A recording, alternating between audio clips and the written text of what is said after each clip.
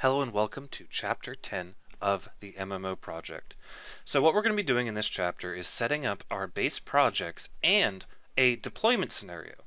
So basically, before I even wanted to start getting the game together, I really felt it was necessary to get a very nice base layer in place. Not necessarily what I would call a framework, but something that allows us to deploy our changes to a bunch of clients, and it gives us an opportunity to sort of ease into the project, figure out things like how our users are going to be stored, how our database is going to work, get our base projects together, and then make things like testing with a large variety of people very easy. So in this video, I want to go ahead and tour what we put together in this chapter. There's a whole lot of stuff, a lot of great just website stuff for one, as well as some WPF stuff, some continuous integration stuff, and so on and so on. So yeah, I'm really excited about this particular aspect of the MMO because again, what it allows us to do is iterate very quickly. See, before, when we didn't have any sort of deployment scenario, or deployment system, we would have to do a lot of manual copying and downloading and distribution and all that fun stuff, and it just gets out of hand. So I wanted to make everything as automated as possible. Obviously, this deployment process or pipeline is going to be very specific to our project, but it's not like any of this is particularly is going to be that much different than if you were developing an application or a website or anything else that needs to be constantly updated and maintained and all of that fun stuff. All right. That sounds really exciting and terribly, terribly complicated. Show me the magic. Well, the great thing about this, though, is there's a lot of clockwork behind the scenes, but in reality, this particular aspect of the project exists to make things considerably simpler. And I'm going to show you guys a few demonstrations of how easy it would be to make a change to your code base, test locally, and then deploy it to potentially all of your beta testers, all of your alpha testers, or all of your clients. I mean, with a couple modifications, not a whole lot, this would be an appropriate deployment pipeline for a production application. The only reason I would say you need some modifications is basically instead of just having one location we're deploying to, you would then have two. You would want to make one for QA and one for production. But like that's actually trivial to implement now that all the groundwork is laid. So yeah, Take me on a tour, buddy. sure. First off, we're going to take a quick look at this. So we are using Bitbucket for our launcher, or for everything. We're using Bitbucket to host the repository that contains our website, our games, our different servers. We have a region server and a master server, and our launcher and all that fun stuff. You can kind of think about this repository being our central location where we push things to and pull things from for our deployment pipeline. So it's also free. Bitbucket allows you to have as many free private repositories as you want, which is why I chose it over GitHub. Now, I do have a paid GitHub subscription, and I do personally prefer GitHub for all of the features and the user interface itself. That being said, Bitbucket is free for private repositories, so I kind of wanted to show you guys how to get this all set up. So you can The see power of free is not to be underestimated. yeah, pretty much, because not everybody has the money to shell out for GitHub. But if you do, I would recommend it. However, it's really not going to make a big difference in this particular scenario because all we need is a repository, a Git repository somewhere that we can work with. Now, if you don't know what Git is, you haven't worked with Git, or you haven't worked with source control, or if you haven't worked with centralized source control where you have an online service, we cover how to set everything up, get your public-private keys set up, and all that fun stuff. But as you can see, we have our repository with all of our code inside of it. And again, we build this step by step. So that's where our code lives. Now let's talk about the kind of flow for a user. And this will show you guys a good tour of what we did with the web project. Because as you see, the web project isn't exactly small. It isn't very large either, but there are some really interesting features with the web project that I want to demonstrate. It's also important to understand that we have two environments. So like I said before, how if you wanted to make this into a production deployment scenario, you would add another environment, like a real production environment, in addition to your staging environment and your development environment. In this particular case, we have two environments, my staging and my development. And you'll notice the URL right here, mmo.3dbuzz.sta. So this is a local domain that's obviously going to only be accessible from my local computer, seeing as STA is not a valid TLD. We show you guys how to do that as well. And this is running on a Windows 7 virtual machine. So this virtual machine right here is my production or staging environment that contains its own web server, its own MySQL database, and its own Photon servers. And we show you guys how to get those installed as well. Now in a real production environment, of course, you would want to split this into multiple servers. You might have one to be the website and the database, and another one be the Photon, or you might want to have a Photon, a database, and a website. Or you might want 2 or more Photon servers with a database and a website. Now, it's really scalable in that regard, and nothing, nothing prevents you from having a multiple server setup. But in this case, we stuffed everything into Windows 7, and it was mostly great. There are some unfortunate things about Windows 7 that were annoying compared to what I'm used to working with, which is Windows Server 2012 on our production environment. However, I was able to get everything I needed to get working on Windows 7 with some modifications. So if you don't have a production environment yet, what you would do is you would set aside a computer somewhere in your office, somewhere in your house, and that would be your production environment so that you can test and work locally, but you also have this staging environment that you can allow other people to hit, such as testers and your QA group and whoever, without affecting them during development. It's very important that you always have a copy of everything on your local computer. Your local computer should be an entire environment in and of itself, and it should not necessarily be accessible from anybody else. So that's why I'm really stressing the fact that we have an alternate machine, in this case a virtual machine, that has all this stuff set up. Now at some point I will be migrating everything I have here on this VM onto 3DBuzz's production servers. I haven't decided yet whether or not I want to record and show you guys how to do that, but we'll figure that out later. For now, this is going to be serving our production needs. But anyway, so this is the VM.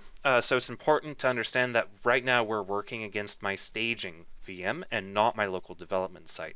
I have a copy of everything on my local development site. So for example, my local computer is serving out a website, it is serving out a database, the 2 Photon servers, and all that fun stuff, but for now we're working against the VM. So anyway, so when you go to the site, this is what you will see. What I'm going to go ahead and do is I'm going to first of all log in as the admin and show you guys around a little bit. So I'm going to type in username admin. I believe my password is test, if I'm not mistaken. It might not be though. So we'll just give it a sec to get warmed up. I just restarted this VM, so none of the pages are hot right now and need to be recompiled because I don't pre-compile when I deploy ASP.NET sites, because usually I'm not deploying them against a really slow VM. Nope, it's not admin test. It might be admin admin. Yep, it's admin admin. Okay, so once you're logged in, you see the site. That looks all exciting. Come up here to the admin link at the top right. So a couple of interesting things. On the first page that you get to, you'll be on the settings. And the settings, you'll be able to enable game for roles. So I have a role-based authentication scheme where each different user can be assigned different roles, such as, are you in QA, are you a beta tester, are you an alpha tester? And we use that for this feature right here, because this feature will enable or disable the game depending on what roles the user has. So right now we have the game enabled for both admin and registered. Now, registered is a role that users automatically get assigned to when they sign up and validate their email address. So for that reason, I'm going to leave both of these checked so that later when I show you guys how the launcher works, we can log in. Now we can come over here to users. We have a very basic user panel. We can create users ourselves. We can edit users, modify their things, and so on and so on. We can reset their password too. Or you could delete users. However, it's set up in such a way that you cannot delete yourself, because that would be stupid. And we hate doing stupid things. Oh yeah. So then we have our roles. So straightforward. We can create a new role. For example, let's say I want a role called QA for quality assurance. You see that because this is not a built-in role into the system, I'm allowed to edit or delete it, which is cool. Then we have our deploy tokens. Our deploy tokens are used by our continuous integration server to push updated launchers and updated clients to production or to staging or QA or wherever. So I can go ahead and say create token, type in an IP address, like let's say I wanted to push from 192.168.1.133, create token, and now I get a cryptographically randomly generated token that I can use to kind of authenticate our deployment so that it becomes very difficult, if not impossible, to sort of try to hack the system, get in, and try to deploy something that you shouldn't be deploying. Okay, then of course you can delete them. All right, so that's the admin. That's what we're going to be building, and what I'm going to do is I'm going to go back to the home page, and I'm going to log out, and I'm going to show you guys a straightforward end-to-end register, login, download, launch, login, play the game scenario. So basically exactly what we're going to have all you guys do once we get the beta testing going again. You're going to be creating an account and so on and so on. So we go ahead and click register. And again, we're going to have to wait a couple seconds for the views to compile. Username, I'll do nlac. Password or email, I'll do my email. Password, I'll just do test. And then I'll hit register. All right, so we get a please verify your email by clicking on the verification link. So what I'm going to do is, I guess, check my spam filter.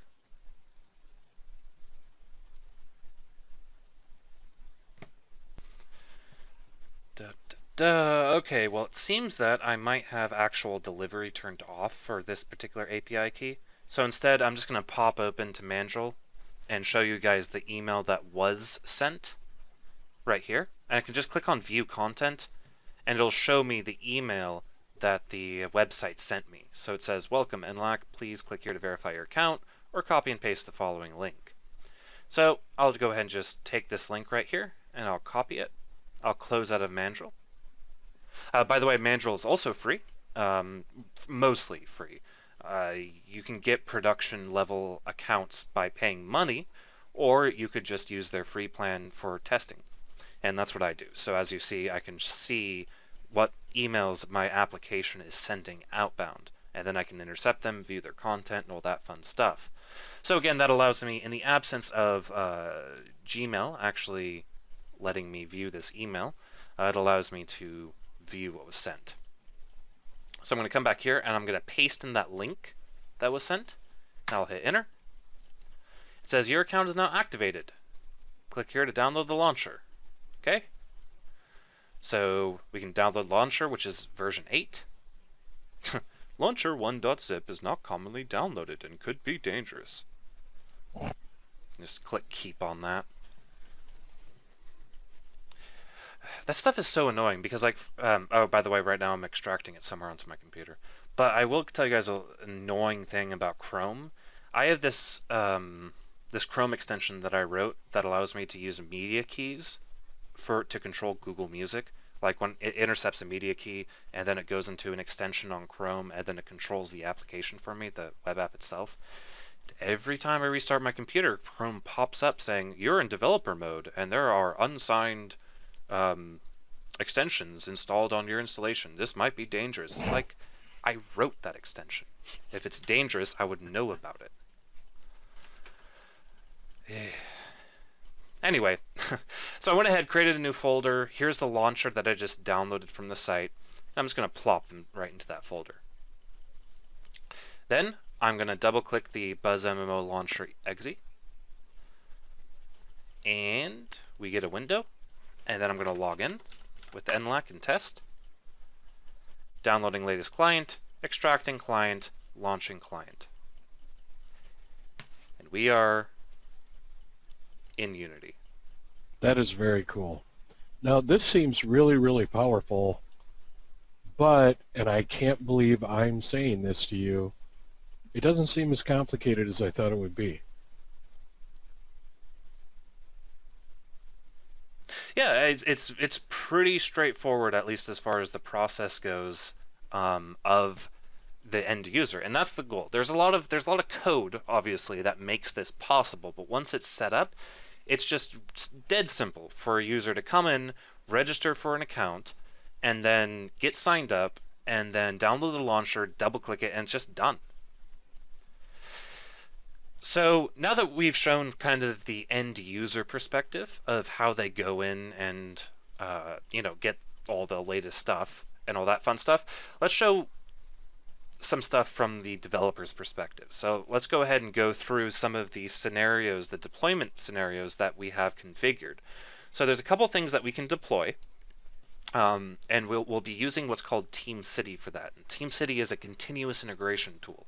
It basically allows us to pre-package up a bunch of automated tasks and then run them against a repository of some sort. For example, CVS, SVN, Git, Perforce, and all that fun stuff. So basically, I have these tasks, and I can run these tasks. And I can also look at the history of the tasks, how long they typically take to complete, who instigated the build, who broke the build, what changes were included in what build. Like I can come up here to changes and I can track every single change that I made to the site, and also how they were, what configurations were triggered for them, and all that fun stuff. And I can also see the files that were changed as well. So let's go ahead and see how easy it is to make a change to each aspect. So each aspect we have the website, which we'll show first. Then I'll show how to update the Photon servers, then then the launcher, and then the client. So for the website, remember, this could be a production website. It could also be a QA site, a staging site, whatever. If I wanted to have a production site and a staging site, I would just build another task, and that in Team City, and that task would deploy to staging instead of production, and so on and so on. So let's go ahead and make a change to the website. I'm going to come back over here into Visual Studio. Now this is on my local computer. Now if I hit Control F5, oh, whoops. Let's set my website as my default project. Where are you? Set a startup project. I don't know why I always can't find that particular thing. Okay, now you see we are in my development site, and you notice that because it's now .dev. This is my local site that's on my local computer. And so if I log in, I think this one is admin test if I'm not mistaken. Yep. So this is not the staging site. This is being hosted on my local computer. And I can come in here and I can make a change. So let's just make a really just arbitrary superficial change. I'm going to jump into the home page, and I'm going to say, I'm just going to remove this hello world text right there. I'm just going to delete that, save it out, and I'm going to come back here and I'm going to refresh. And so you see it disappears. So didn't have to do anything at all because this is my local development site. So I can make all the changes I want without affecting the production site or the QA site or the staging site or whatever. You'll notice if I come over here to the staging site, that hello world is still there because this is a different deployment. So now how do I get the change that I just made here over to here? Well, it's actually done in 2 steps. The first thing I need to do is open up my source control the GUI. Now you could do this on a command line with Git if you're, I don't know, crazy. Or you could download something like SourceTree, which is free. Again, made by Atlassian, the same people who do Bitbucket. And you see it picked up that change I just made. It said I made this textual change to this one file. I can go ahead and stage it, and then I can commit it. And in addition to doing the commit, I'm going to say push commits immediately to origin. So this will take these changes and push them straight up into Bitbucket. And I'm going to say removed hello world from web application homepage. Then I'll hit commit, and we'll see that it's going to go ahead and do a push and a commit. So now that it's done a push and a commit, the Bitbucket website is now updated with that change I just made. So now, all I have to do is come over here to Team City and click this button.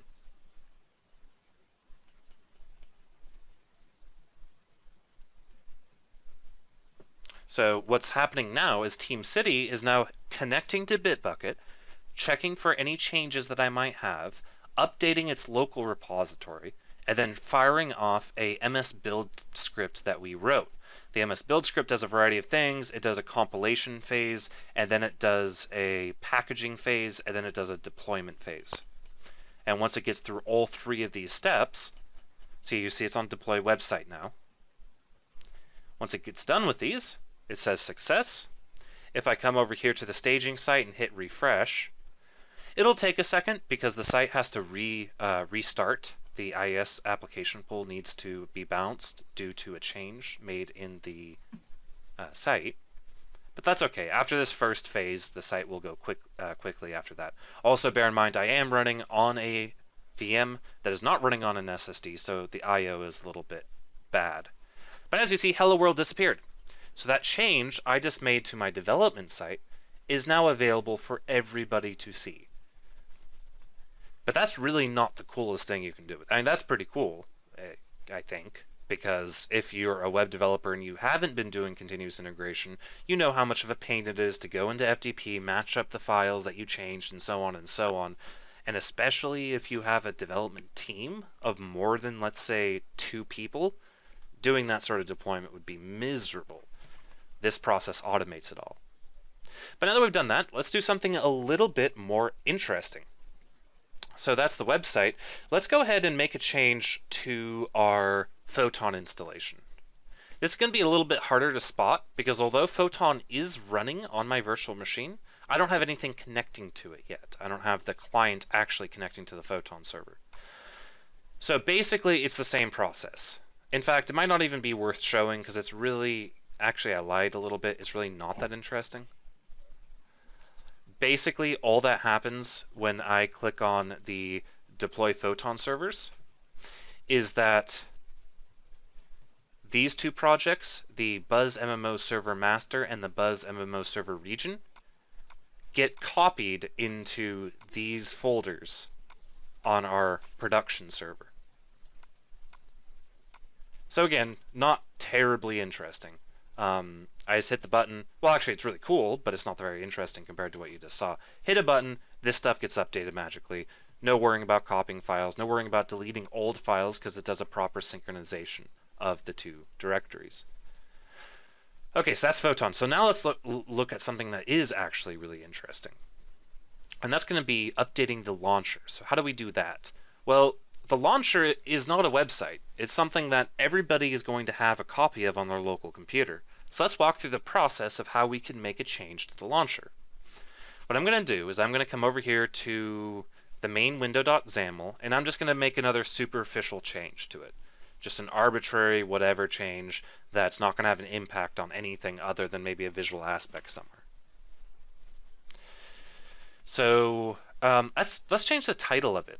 Because right now the title is main window. I don't like that. Let's call this Buzz MMO Launcher. So now the title of the launcher is Buzz MMO Launcher, which is really cool. So now, if I went to set this up as startup project, I can hit F5, and you see now on my development, it says Buzz MMO Launcher.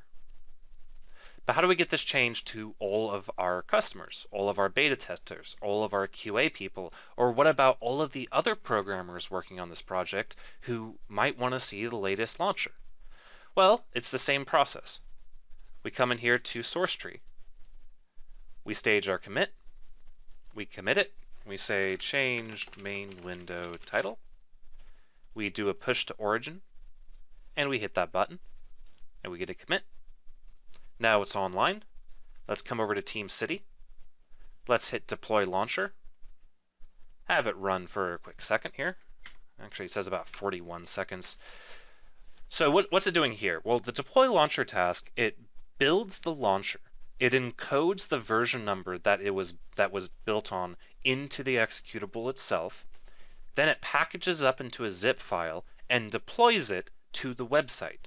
So this task actually sends what it just created, its build artifact, directly to the website so that all of the other users' launchers can receive that update almost instantaneously. And you'll see that here momentarily. So our deployment of the launcher was a success. So I can come over here. This is the same folder that I showed you guys earlier, where all I did was extract the launcher into this folder. Now let's watch what happens when I try to launch the launcher again. I'm just going to double click on it. Boom. It's updated. So the launcher is a self-updating executable. The process went so fast and the frame rate on these videos is so low you might not have seen what happened, but what happened was it sat there, said querying for latest launcher, and then it said downloading launcher, extracting launcher, and then it restarted itself, deleted all the temporary files, and then now we have the updated version. So again, all the users have to do, double click the launcher and they have the latest version of it. So you can make any arbitrary changes you wish, and the users will never have to re-download that program. All right, let's close out of the launcher and show you guys a change with the client. So I'm going to fire up Unity. I'm going to open up the client project. Then I'm going to load up my scene, my loader scene. And as you see, we have this default camera and has this really ugly brown color to it. Let's go ahead and do something fun. I'm just going to go ahead and I'm going to drop in a cylinder. And then I'm going to make sure that I can get it kind of visible-ish to the camera. Maybe rotate it just a little bit, make it a little bit more interesting. And then let's throw in a directional light. And then let's get rid of this nasty color. I hate that color. I don't know why I picked it. That's a cool color. I like that color. Okay, so that's our scene.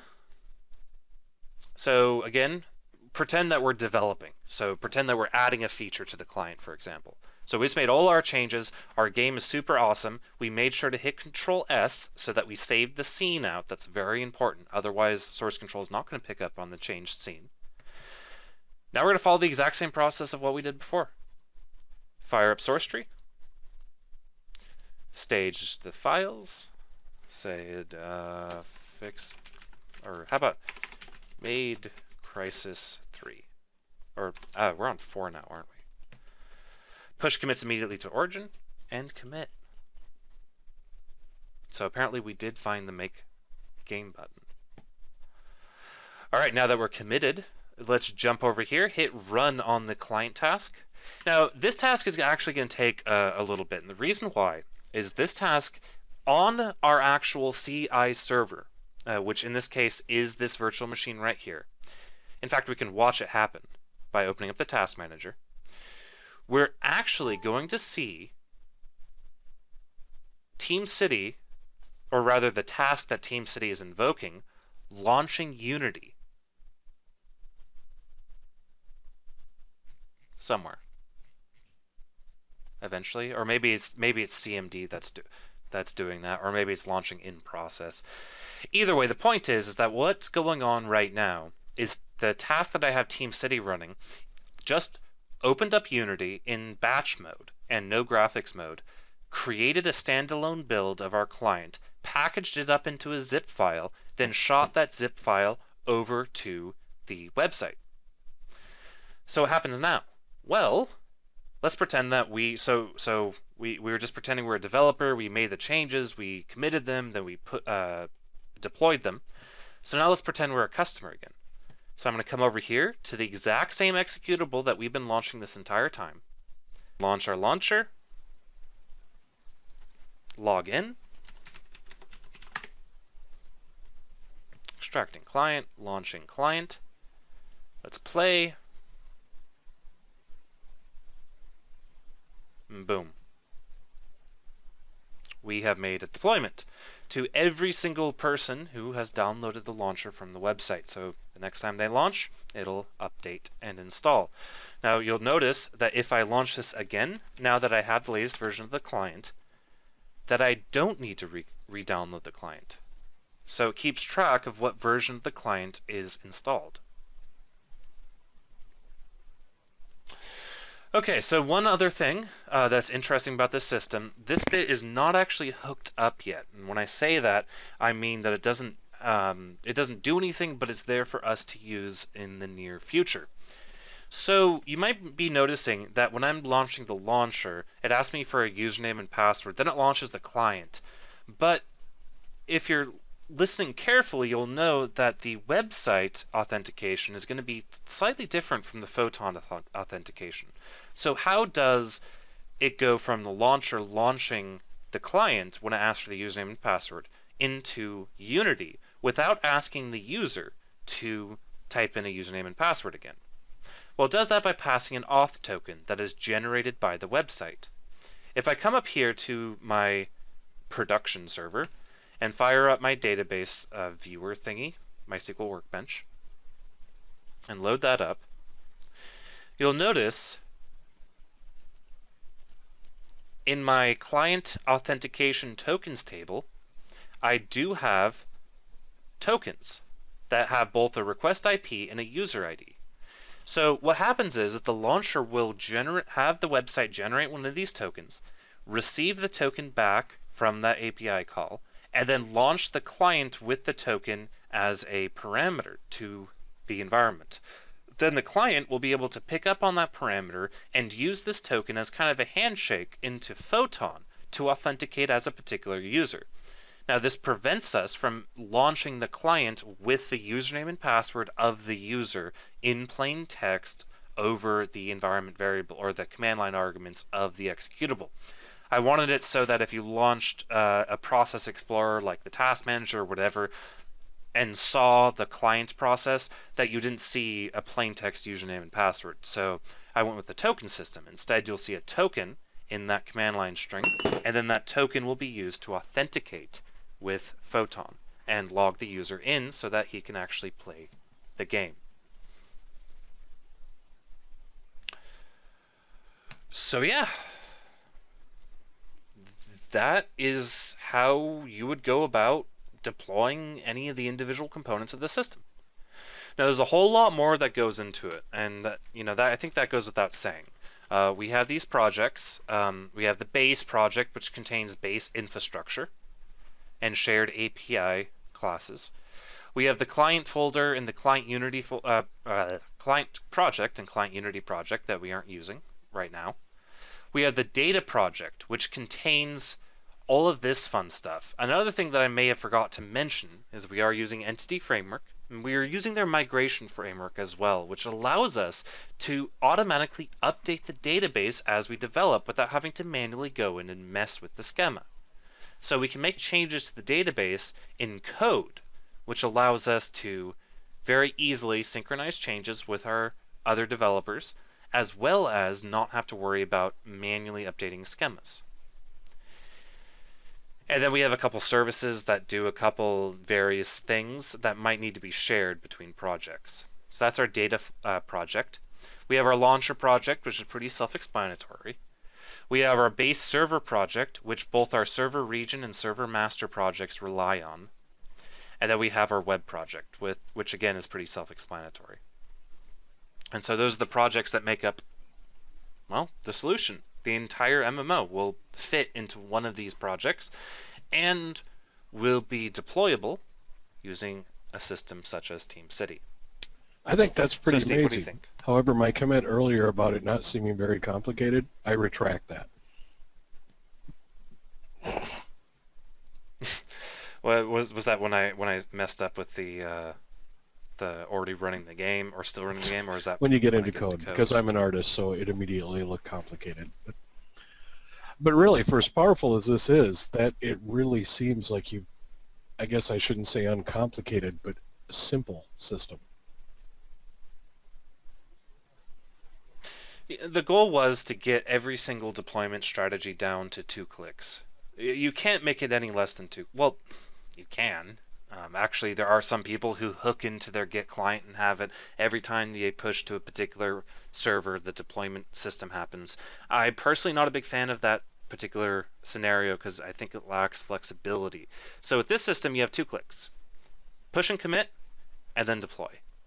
And those changes will then be available to every single customer, client, QA person, other developer, and so on. I'm impressed. Show me how it all works. Show me the magic. All right, so I think we're going to go ahead and, I guess, get started. Get this thing going. Build up the website, I think, is what we're going to be doing first. And then move on into other fun stuff until we have this entire All right, system let's go. put together.